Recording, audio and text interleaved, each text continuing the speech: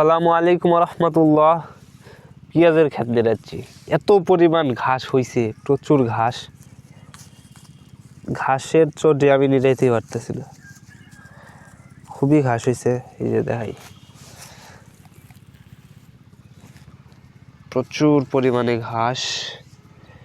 এই যে খুবই ঘাস, প্রচুর ঘাস। এদিক দিয়ে একেবারে এদিক দিয়ে নিরাইছি। এই যে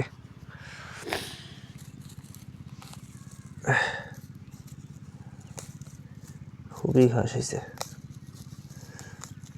পেঁয়াজের এই দেখেন গুটি নামছে, গুটি নামতেছে। তারপরে এটা এই যে উপড়ায় গেছে, এটা ঠিকা দিতে হবে। এইভাবে এই যে এই দেখেন গুটি নামতেছে।